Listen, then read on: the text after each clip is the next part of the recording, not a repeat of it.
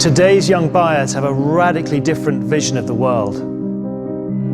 They demand designs that challenge the norm and revolutionize life on board. And it's this hunger for innovation that underpins the existence of VriThink.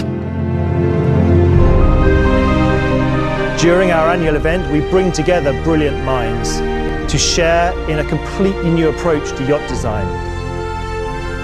This is VRITHINK'S Night Out. It's 5 years since I was last here, and this talk this evening is the second instalment of the story that I told them. I hope it's okay to say in Amsterdam that a lot of water has flowed under the bridge since then.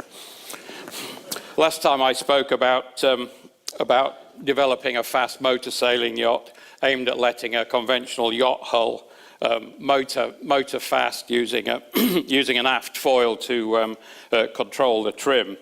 It seemed like a good idea, but there was really no demand for it.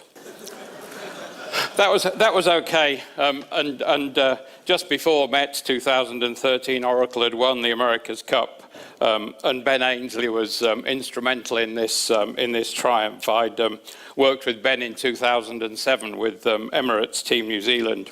Anyway, a few days after telling my sad tale here, Ben rang me. He had secured funding for an America's Cup challenge led by the Royal Yacht Squadron. Would I join his team as Chief Technology Officer? It was a quick decision, and by the way, I'm the short guy on the right. The new America's Cup class were foiling catamarans, and now actuators and computer control were really equally or more important than the naval architecture. You know, you had to have all three boat computers alive and talking to each other before you could go sailing. That's really where we are now. One step in developing these boats was that we built autopilots to get steady flight, and actually the helmsman was able to actually learn to control the boat in the most efficient way by actually learning from the machine. I'm not sure if that's the same as machine learning, but it was very helpful. Anyway, as the campaign grew, Martin Whitmarsh joined as a CEO. He had long experience with the McLaren Formula One team and latterly the McLaren road cars. He's had the privilege of working with two of Britain's greatest sportsmen. Both of them are on the edge of genius, but mercifully Ben has less of a taste for tattoos and body piercings, at least as far as I know. So Land Rover BAR was a commercial team, and we wanted to try and smooth out the peaks and troughs in income over time. When the cup goes down, we wanted to have some income, and so we set up BAR. We set up BAR Technologies to try and trickle down some technology. At the same time, Anthony Sheriff, who was an old friend of Martin Whitmarsh's, joined Princess Yachts as their CEO.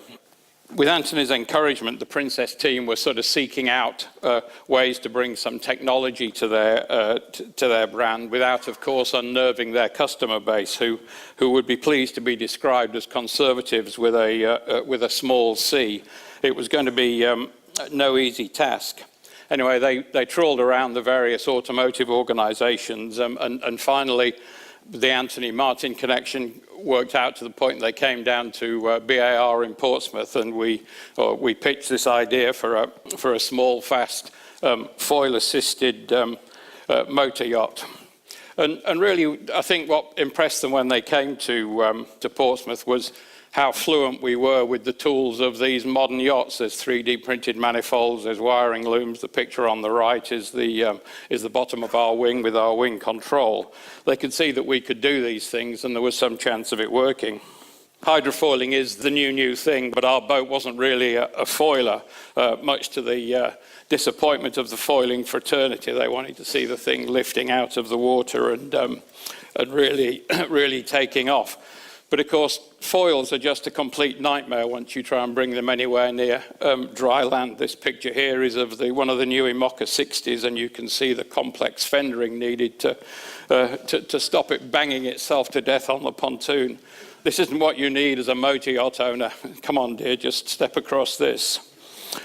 A fully foiling boat's an absolute nightmare, but what can we do with our rather unobtrusive, owner-friendly foils? Well, the foils are mirrored about the centre line. They can produce the same lift, and that helps control the trim of the boat, or they can introduce a roll moment. And also our experience from the past is that the aft foil is very effective in damping the pitch motion, gives a much smoother ride. It's similar to the damping provided by a shock absorber in a car. The prototype here was, they were brave enough to build a prototype. It's not a cheap thing for a production boat builder. Dazzle camouflage courtesy of the marketing department. And I have to say it fulfilled all our expectations. Now all that we needed was a bit of Italian styling magic from Pininfarina.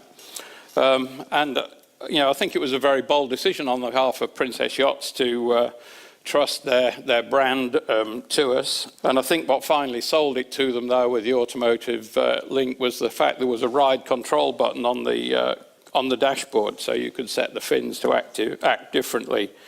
Well, what next? You can see the 60-foot monohulls there foiling at 30 knots, almost completely flying. There's a single-handed guy there trying to sleep while he thrashes across the ocean. But I don't know where it's going to go with the motorboats. But I think through all my travails of 10 or 15, 20, 30, 40 years in the industry, just because you can doesn't mean you should. And I think that applies. And I think that also applies to Brexit, but sorry about that.